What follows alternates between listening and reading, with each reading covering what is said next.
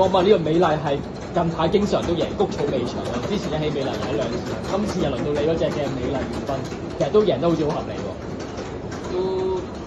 其實都擔心啊，因為今日你睇佢嗰啲夜晚啲檔位全部都係快麵檔位，我哋10檔，咁係叫做好彩就係啱啱場話都係快唔足，變咗扯快咗，咁啊變咗我哋可以喺後邊咁上。唔係，而家隻馬都越嚟越放鬆，其實今場嗰個預期流嗰個位置係咪都俾你有啲即係同你預期估計嘅係啲出入咧？係啊，我希望佢跟翻前少少，不過就可能個步速真係快，因為佢都係比我預期頭啲，咁就不過都係叫做贏咗啦，始終都係。呢一匹就谷草專家啦，可以話係新一代嘅谷草1200米嘅谷草路程專家啦。但係睇翻嚟緊個賽期表，似乎2班1200米賽事谷草就真係好少，冇乜咁滯喎。嚟緊個部署係點樣咧？再睇下或者沙田都去試下呢陣時，因為如果你冇嘅話，你又想我哋抌咗喺度喎，係啦。不過都要翻去再睇睇嗰個 program 先。